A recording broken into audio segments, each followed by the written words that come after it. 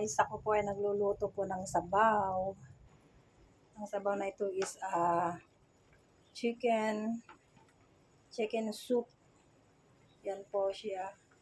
Chicken soup po siya. At ang last po na ilalagay ko po is itong melon. Ito lang for 10 minutes po lang na i-boil. Tama na po siya. Yan. Boboil ko po ito ng 10 minutes. Tapos ang long time hour ng pag-boil na dito is 2 hours. So, kanina nag-start ako ng 4 o'clock. So, mag-alas 6 na. Pero I need to extend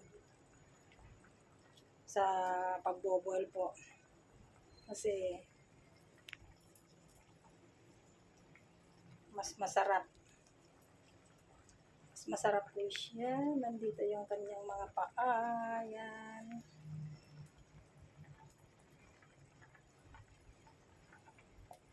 Yan guys.